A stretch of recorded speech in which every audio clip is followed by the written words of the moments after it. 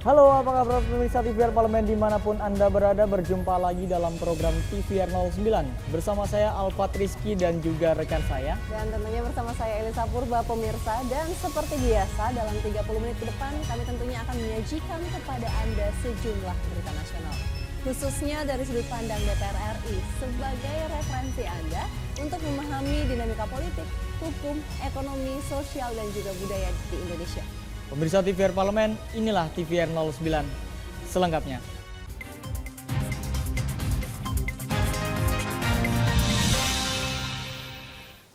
Pemirsa, kita awali TVR 09 pada pagi hari ini dari Komisi 2 DPR RI yang mendorong adanya koordinasi dan keputusan batas hukum serta kewenangan dari BPN dan juga Kementerian Lingkungan Hidup dan Kehutanan serta BUMN Perkebunan yang dinilai dapat menyelesaikan banyaknya konflik pertanahan yang terjadi saat ini. Banyaknya konflik pertanahan yang merugikan masyarakat, khususnya di wilayah Sumatera Utara, harus diselesaikan. Komisi 2 DPR RI mendesak Badan Pertanahan Nasional atau BPN Wilayah Sumatera Utara untuk meningkatkan program sosialisasi PTSL dan pemetaan tanah masyarakat, khususnya bagi masyarakat daerah pesisir dan hutan, guna meningkatkan kesejahteraan masyarakat di daerah. Anggota Komisi 2 DPR RI Ibnu Mahmud Bilaludin menyebut tanah merupakan hak dasar masyarakat yang harus dipenuhi oleh negara. Namun saat ini masih banyak masyarakat yang tidak memiliki sertifikat tanah, khususnya di wilayah pesisir. Masyarakat seolah tidak dianggap dan tidak memiliki hak atas tanah. Selain itu, BPN Sumatera Utara diminta segera menyelesaikan konflik tanah masyarakat dengan BUMN Perkebunan, khususnya PT Perkebunan Nusantara atau PTPN 4. Diperlukan koordinasi dan keputusan batas hukum, serta kewenangan antara BPN, Kementerian Lingkungan Hidup dan Kehutanan, serta BUMN Perkebunan, sehingga konflik pertanahan bisa diselesaikan. Perlu dipikirkan saudara-saudara kita yang bertempat tinggal di kawasan-kawasan tertentu seperti halnya pantai atau di hutan yang selama ini mereka udah beranak pinak di situ. Mereka ini kan seolah-olah jadi bukan seperti warga negara yang lainnya, tidak bisa mensertifikatkan. Usulan kami tadi agar kiranya ada interdepartemental ya, misalkan antara ATR BPN, KLHK, Kementerian Kelautan, dan pihak-pihak terkait yang lainnya, saya kira itu harus segera dituntaskan. Lebih lanjut, Ibnu meminta pelaksanaan program sertifikasi tanah gratis atau PTSL dan pemetaan tanah milik masyarakat dapat dipenuhi di seluruh wilayah kabupaten kota di Sumatera Utara. Dari Medan, Sumatera Utara, Hilman Hidayat, TVR Parlemen melaporkan. Pemirsa, kita beralih ke informasi selanjutnya. Di sini Badan Kerjasama Antar Parlemen atau BKSAP DPR RI menyebutkan dan berharap bahwa draft resolusi dan rencana pembentukan Komite Khusus Perdamaian Myanmar dapat membantu upaya perdamaian di Myanmar.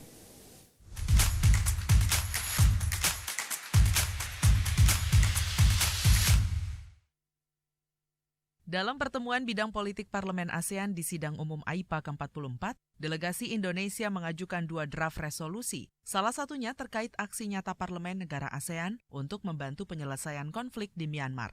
Pertemuan ini juga menyepakati AIPA akan membentuk komite ad hoc atau komite khusus untuk mengupayakan dan membantu proses perdamaian di Myanmar.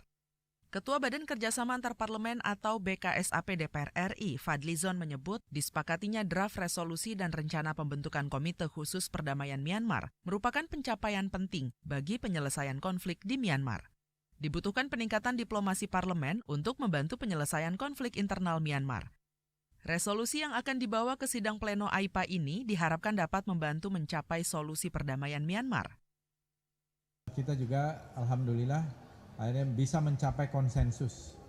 Dan ada satu milestone juga yang penting, yaitu ada kesepakatan bahwa AIPA akan mengeksplorasi kemungkinan terbentuknya semacam komite ad hoc atau working group atau semacam komite badan yang bisa menjadi bagian dari upaya untuk membantu proses perdamaian di Myanmar.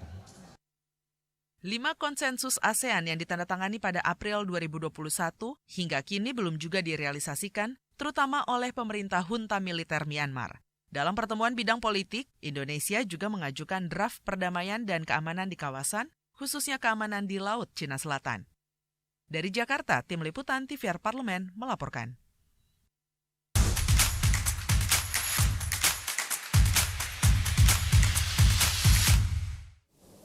Ya pemirsa, DPR RI mengajak parlemen di negara ASEAN untuk membuka kesempatan lapangan kerja sebanyak-banyaknya. Dan tentunya informasinya akan kami hadirkan usai jeda, tetaplah di TVR 09. Sini ditambang. Konflik yang terjadi, Sini tidak mengizinkan. masalah yang tersisihkan menjadi kesenjangan sosial. Ya namanya rakyat kecil gak bisa apa-apa, mau komplain juga gak didengar. Sebab apa? Itu menyangkut isi perut kami semua. Bagaimana memutus keterbatasan untuk didengar? Jadi kalau misalnya masyarakat sudah merasa tidak lagi ada yang memperjuangkan aspirasinya, maka masyarakat memang sangat berhak untuk meminta dewan yang mewakili mereka di parlemen. Kami menyusuri batas-batas peristiwa, mengurai berbagai polemik yang terjadi, meluruhkan suara-suara marginal, menjadi nyata dalam setiap aspirasi, melaksanakan tugasnya sebagai wakil rakyat. Saksikan Aksi Dewan setiap hari Senin dan Rabu pukul 10.30 waktu Indonesia Barat, hanya di TVR Parlemen. DPR RI memiliki fungsi diplomasi dalam menjalankan politik luar negeri sesuai dengan pasal 116 Undang-Undang MD3. Kontribusi aktif BKSAP DPR RI memainkan peranan penting dalam memenangkan persaingan global melalui IPU, IPA, IPPF, AIPA, dan PUIK. BKSAP memiliki komitmen yang tinggi dalam krisis kemanusiaan dunia. Fungsi diplomasi dijalankan untuk mendukung upaya pemerintah dalam melaksanakan politik luar negeri.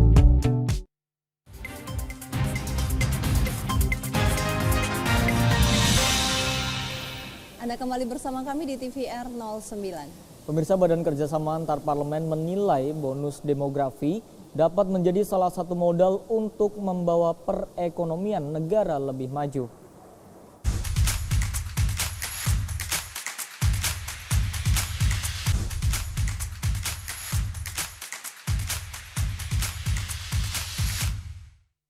Dalam gelaran sidang umum AIPA ke-44, DPR RI mengajak parlemen di negara-negara ASEAN untuk membuka kesempatan dan lapangan kerja sebanyak-banyaknya guna menyerap penduduk usia produktif dalam rangka peningkatan kualitas sumber daya manusia dan pertumbuhan ekonomi.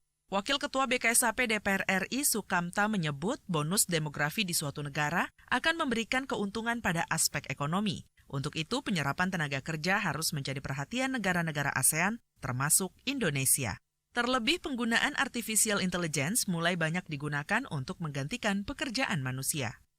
Soal peningkatan lapangan kerja untuk angkatan muda, generasi milenial, generasi XYZ yang sekarang ini jumlahnya sangat fantastik di ASEAN dan khususnya di Indonesia. Kita tahu bahwa sekarang ini angkatan muda baru di ASEAN, pertumbuhan tenaga kerjanya paling tinggi. Saya kira kita sedang menikmati bonus demografi dan kita berbarengan juga dengan zaman digital, era digital, ITE, Internet of Things, Artificial Intelligence, itu salah satu dari bentuk green economy yang perlu menjadi penekanan di situ tanpa mengabaikan sektor-sektor yang lain tentu.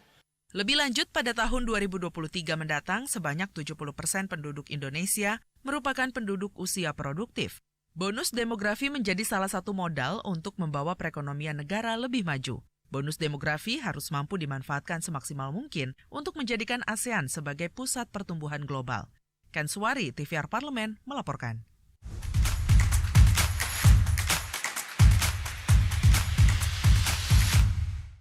Pemirsa, masih dari BKSAP DPR RI yang menilai bahwa biaya sebesar $7.500 yang dikenakan kepada negara yang baru bergabung menjadi observer ASEAN ini menjadi bentuk keseriusan dalam berkontribusi dan ikut serta di ASEAN.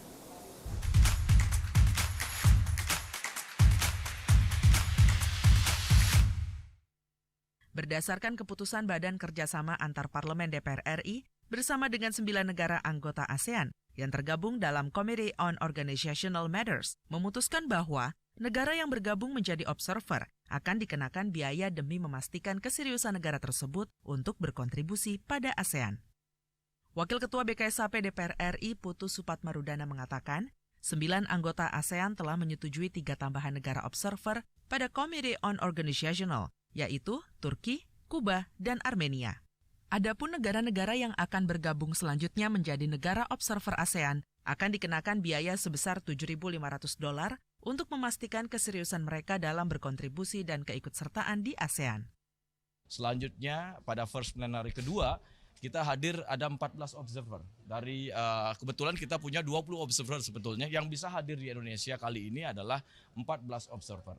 Dan memang AIPA ini semakin banyak kekuatan atau negara besar yang ingin engage di kawasan ASEAN, khususnya engage di AIPA, yaitu ASEAN Interparliamentary Assembly. Hari ini kita memutuskan 3 negara lagi tergabung dalam observer di komite untuk organisasi, ya, komite organisasi AIPA. Dan nanti akan di-adopt di dalam second plenary.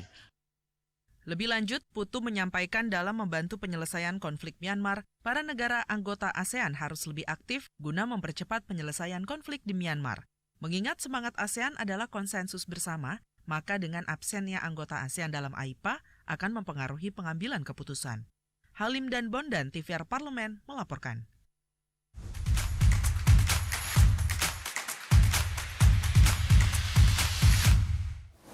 Baik pemirsa TVR Parlemen, kita beralih ke Komisi 6 DPR RI yang menilai pentingnya penerapan core values akhlak pada seluruh karyawan BUMN untuk menghindari penyimpangan yang terjadi di BUMN dan membuat BUMN ini menjadi lebih baik.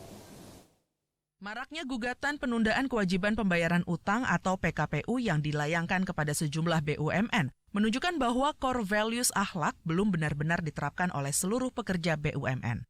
Anggota Komisi 6 DPR RI Amin Aka menilai banyaknya BUMN yang menghadapi PKPU disebabkan oleh penyimpangan yang dilakukan oleh direksi maupun karyawan BUMN. Sehingga banyak BUMN yang terjerat hutang akibat menunggak pembayaran vendor. Penyimpangan-penyimpangan di BUMN tidak akan terjadi jika para direksi dan karyawan BUMN benar-benar menerapkan slogan BUMN akhlak. Seandainya prinsip-prinsip GCG, corporate governance itu benar-benar diterapkan.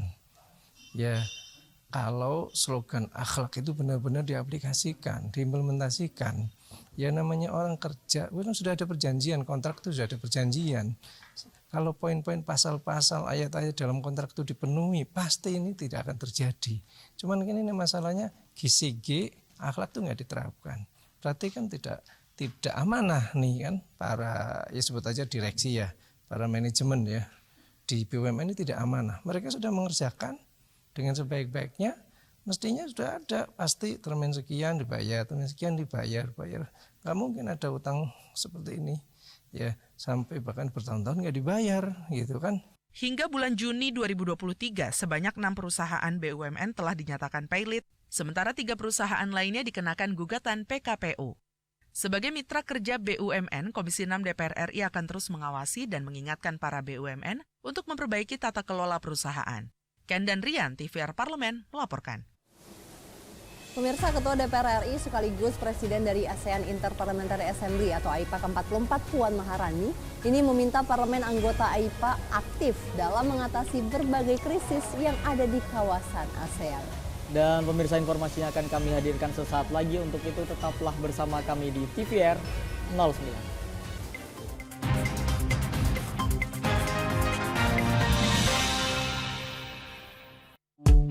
DPR RI memiliki fungsi diplomasi dalam menjalankan politik luar negeri sesuai dengan pasal 116 Undang-Undang MD3. Kontribusi aktif BKSAP DPR RI memainkan peranan penting dalam memenangkan persaingan global melalui IPU, IPA, IPPF, AIPA, dan PUIK. BKSAP memiliki komitmen yang tinggi dalam krisis kemanusiaan dunia. Fungsi diplomasi dijalankan untuk mendukung upaya pemerintah dalam melaksanakan politik luar negeri.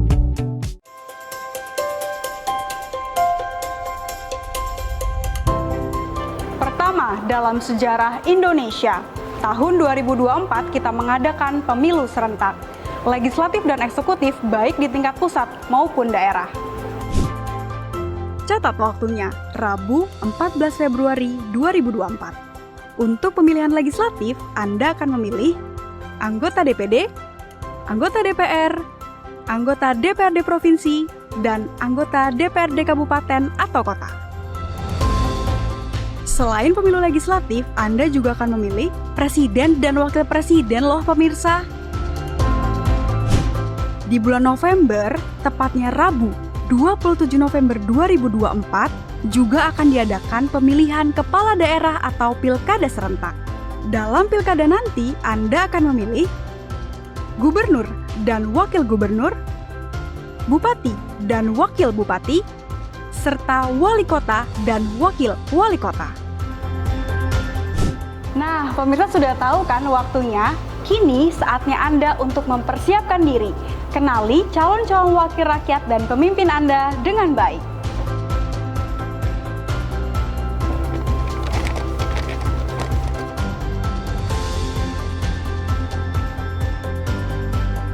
Jangan sampai kesempatan untuk memilih calon wakil rakyat dan pemimpin Anda terlewat begitu saja. Ayo ramaikan Pesta Demokrasi Pemilu 2024 dengan meriah. Demi masa depan bangsa Indonesia.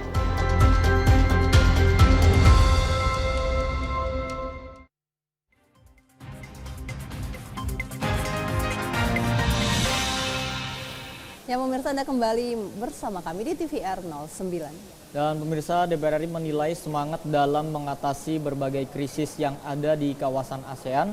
Ini sejalan dengan tema Responsive Parliament for a Stable and Prosperous ASEAN yang meminta para anggota parlemen untuk lebih peka terhadap krisis multidimensi. Dan kontribusi parlemen semakin diperlukan tentunya dalam mengembangkan kerjasama antar negara, menciptakan perdamaian dan menurunkan ketegangan antar kekuatan besar.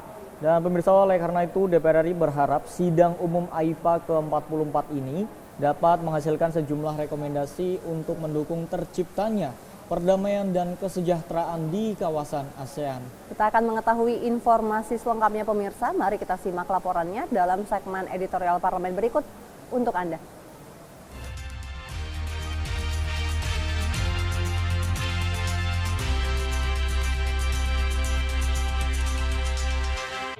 Sidang Umum ke-44 ASEAN Interparliamentary Assembly atau AIPA yang tengah berlangsung dari tanggal 5 hingga 11 Agustus 2023 dengan mengusung tema Responsive Parliaments for a Stable and Prosperous ASEAN merupakan salah satu puncak keketuaan DPR RI di AIPA yang juga sejalan dengan keketuaan Indonesia di ASEAN pada tahun 2023. Tema tersebut menunjukkan salah satu bentuk komitmen parlemen ASEAN untuk ikut menciptakan perdamaian dan kesejahteraan di Asia Tenggara. Mengingat saat ini banyak kekuatan besar global yang berupaya masuk ke kawasan ASEAN, sehingga parlemen ASEAN harus responsif untuk dapat mengawal berbagai tantangan ASEAN. Seluruh anggota sidang umum AIPA ke-44 juga akan membahas berbagai macam isu kawasan. Salah satunya mengenai perlunya menurunkan ketegangan geopolitik akibat persaingan antara kekuatan besar di Asia Tenggara. Melalui AIPA, DPR RI akan memberikan pengaruhnya kepada parlemen negara-negara ASEAN untuk mendorong terciptanya stabilitas di kawasan regional dengan saling memberikan kekuatan dan dukungan satu sama lain. Tentu dalam pertemuan kali ini paparan disampaikan secara komprehensif oleh Sekretaris Jenderal daripada ASEAN dan banyak respon yang diberikan. Hampir semua parlemen dari 9 negara ini memberikan respon yang sangat baik. Tentu berbagai isu tentang bagaimana menjaga kawasan ini agar tetap aman dan tetap damai.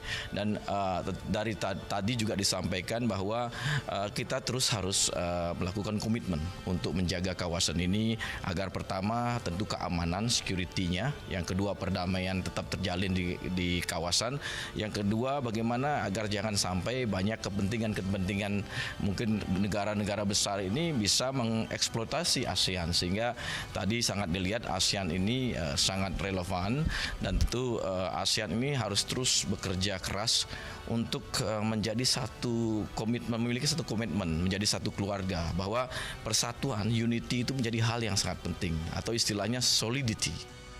DPR RI juga membawa resolusi terkait upaya menciptakan perdamaian berkelanjutan di Myanmar pada sidang Komisi Politik yang merupakan salah satu rangkaian kegiatan sidang umum AIPA ke-44. Sebelumnya, DPR RI melalui BKSAP juga telah mengajukan resolusi perdamaian Myanmar pada sidang umum AIPA ke-43 yang berlangsung di Phnom Penh, Kamboja pada tahun 2022 silam. Dalam forum tersebut, delegasi DPR RI mengajukan satu emergency item mengenai krisis di Myanmar dengan judul Diplomasi Parlemen untuk mendorong implementasi 5 poin konsensus ASEAN. DPR juga mendorong Myanmar agar segera melaksanakan 5 kesepakatan atau disebut 5 point consensus. 5 poin konsensus tersebut telah disepakati oleh 9 pemimpin ASEAN dengan pemimpin junta Myanmar, Jenderal Min Aung Hlaing. Diketahui 5 poin konsensus adalah hasil pertemuan tingkat tinggi yang dilaksanakan di Jakarta pada 24 April 2021. Isinya meliputi tuntutan agar aksi kekerasan di Myanmar segera dihentikan dan semua pihak harus menahan diri sepenuhnya. Nah, jadi 9 negara ini akan membahas, 9 delegasi ini membahas berbagai hal. Indonesia sebagai chair akan membuka semua diskusi dan tentu keputusannya kembali berpulang kepada 9 negara ASEAN ini. Nah, tentu kita harus menghargai keputusan itu dan memang saatnya dan momentumnya kalau dari sisi Indonesia ya saatnya sekarang. Kita ingin engage lebih jauh lagi untuk turut dalam penyelesaian permasalahan demokrasi di Myanmar, dan memang Indonesia harus bisa membuat satu pijakan yang komprehensif sehingga nanti tuan rumah berikutnya yaitu Laos akan diserahkan di akhir acara ini dan mereka sampai akhir tahun depan itu juga akan mengikuti proses itu, dan tentu yang kita kawal adalah continuation. Jadi bagaimana di Indonesia adalah menapaki awal dalam proses implementasi 5 point consensus dan mendorong juga dari sisi Laos untuk melakukan engagement yang lebih komprehensif dalam penyelesaian permasalahan demokrasi di Myanmar. Kita juga berharap Myanmar menerapkan 5 point consensus atau 5 kesepakatan itu, dan ternyata sejauh ini belum ada kemajuan yang berarti. Masih ada tindak kekerasan di sana, ada 6.000 orang lebih yang meninggal selama beberapa tahun ini. Nah, kita ingin konflik ini diselesaikan dengan cara damai. Dan kita berharap rezim yang berkuasa di Myanmar itu bisa membuka dialog yang inklusif dengan semua pihak, dan juga sesuai dengan 5 point consensus itu ada akses kemanusiaan, penghentian kekerasan, ada special envoy yang melihat langsung kondisi di lapangan dan sebagainya. Sidang umum ke-44 juga dinilai perlu mendukung ASEAN Unity and Centrality di tengah berbagai tantangan dan permasalahan dunia. Karena itu, Majelis Umum ke-44 AIPA menjadi kesempatan bagi parlemen di Asia Tenggara untuk dapat memperkuat komitmen dalam merespon berbagai tantangan dan permasalahan global dan regional. Adapun persatuan dan kerjasama berperan penting untuk mengatasi tantangan yang dihadapi ASEAN sebagai satu kesatuan kawasan. Karena itu, AIPA harus melanjutkan, memperkuat, dan mempertajam komitmen yang diperlukan untuk menjaga dan memastikan kawasan Asia Tenggara yang kondusif, damai, stabil, dan sejahtera.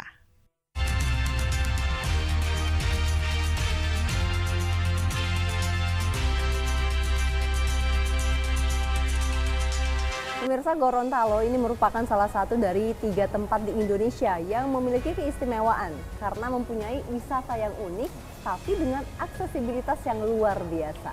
Dan wisata tersebut merupakan wisata kita melihat ikan hiu paus. Hiu paus, yang kebanyakan hiu paus itu kan buas. Nah, kali ini kita bisa melihat ikan hiu paus itu dilihat dari dekat dan lokasinya ini ada di Kabupaten Bone, pemirsa, di Gorontalo. Dan tentunya seperti apa, pasti penasaran ya bagaimana bermain dengan hiu paus. Kami akan hadirkan sesaat lagi, pemirsa, tetaplah bersama kami di TVR 09.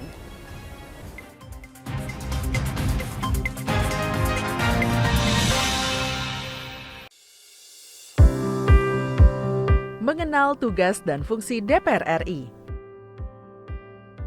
Dewan Perwakilan Rakyat atau DPR adalah lembaga negara yang mewakili aspirasi rakyat.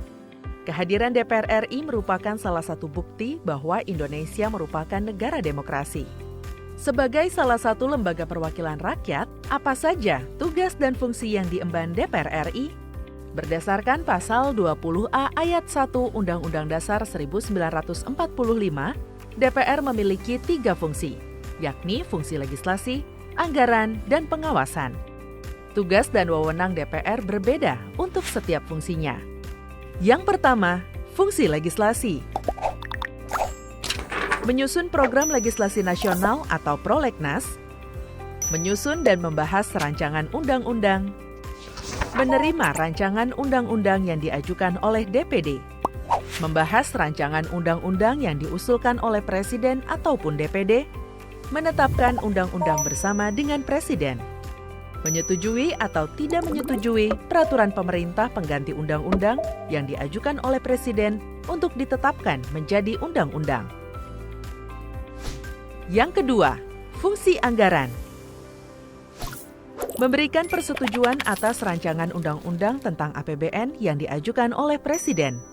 Memberikan persetujuan terhadap pemindah-tanganan aset negara maupun terhadap perjanjian yang berdampak luas bagi kehidupan rakyat yang terkait dengan beban keuangan negara. Menindaklanjuti hasil pemeriksaan atas pengelolaan dan tanggung jawab keuangan negara yang disampaikan oleh BPK. Memperhatikan pertimbangan DPD atas rancangan undang-undang tentang APBN dan rancangan undang-undang terkait pajak, pendidikan, dan agama. Yang ketiga, fungsi pengawasan. Fungsi pengawasan, DPR bertugas melakukan pengawasan terhadap pelaksanaan undang-undang APBN dan kebijakan pemerintah, serta membahas dan menindaklanjuti hasil pengawasan yang disampaikan oleh DPD. Demikian penjelasan tentang tugas dan fungsi DPR menurut undang-undang. Informasi ini dipersembahkan oleh TV dan Radio Parlemen, Biro Pemberitaan Parlemen, dan Sekretariat Jenderal DPR RI.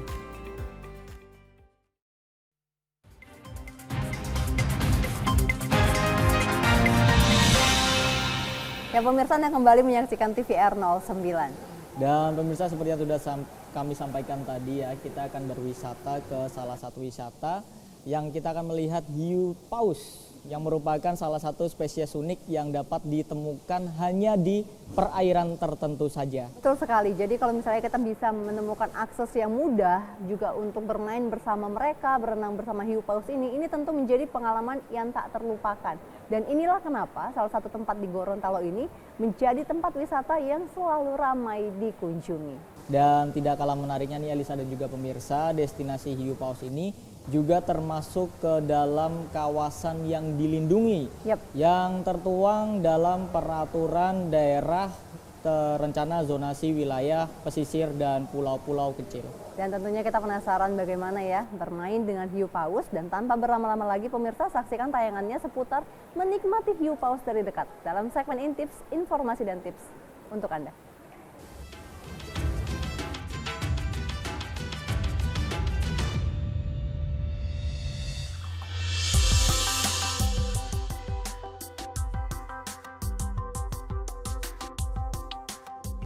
Halo pemirsa setia TVR Parlemen.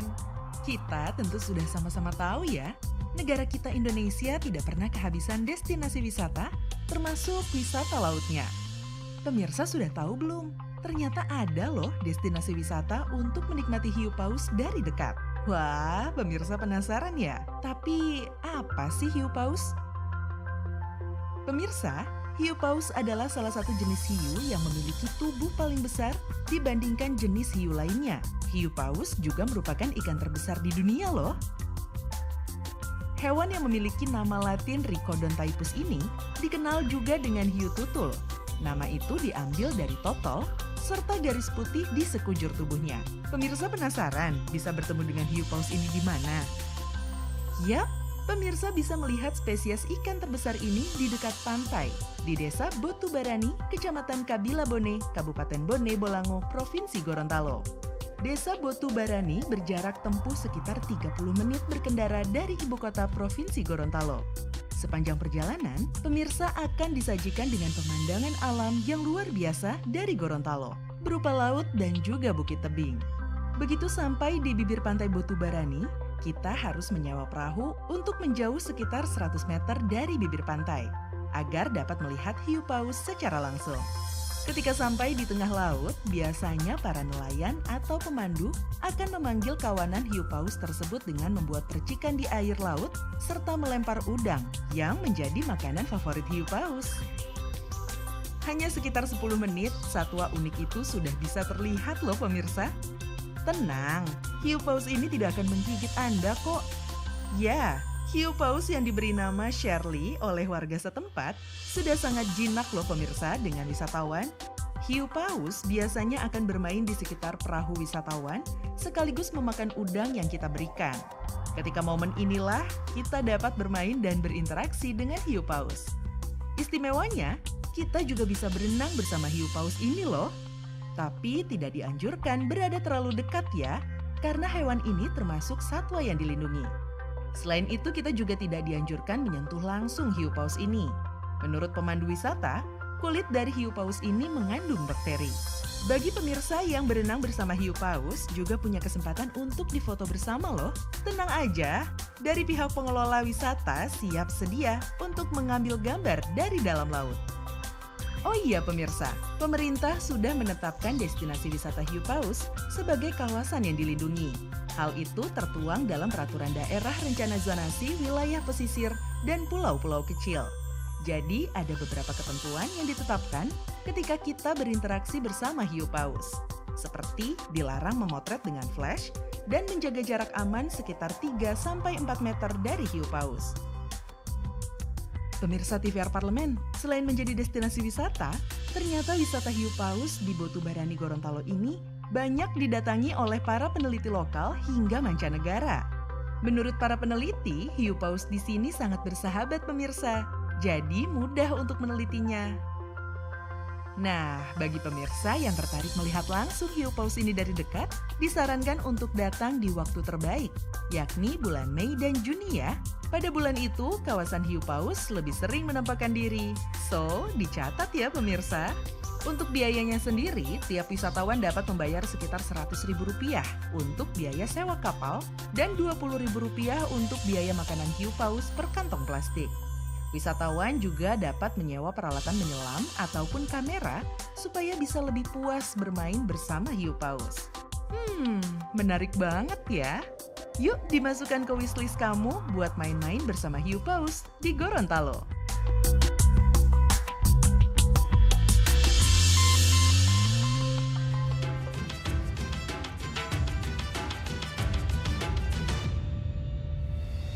Baik pemirsa, di penghujung acara kami informasikan kepada Anda bahwa saat ini DPR RI sedang memasuki masa reses di mana seluruh anggota Dewan kembali ke daerah pemilihannya masing-masing untuk melaksanakan fungsi representasi DPR, menyerap dan menghimpun aspirasi masyarakat, serta menindaklanjuti dan memberikan pertanggungjawaban kepada konstituen di daerah pemilihannya. Namun pemirsa, sejumlah agenda serta program DPR RI lainnya tentunya masih dapat Anda saksikan secara langsung di TVR Parlemen.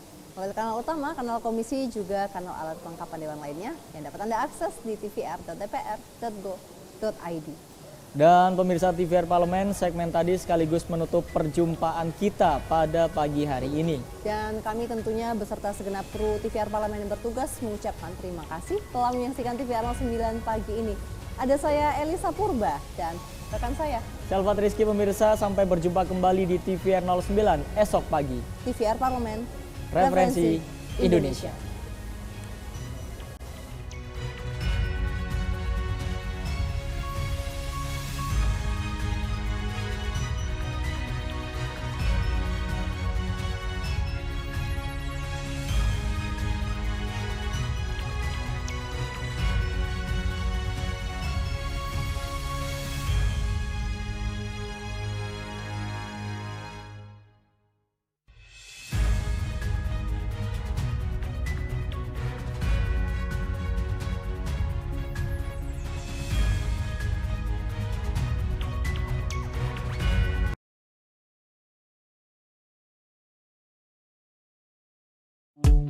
DPR RI memiliki fungsi diplomasi dalam menjalankan politik luar negeri sesuai dengan pasal 116 Undang-Undang MD3.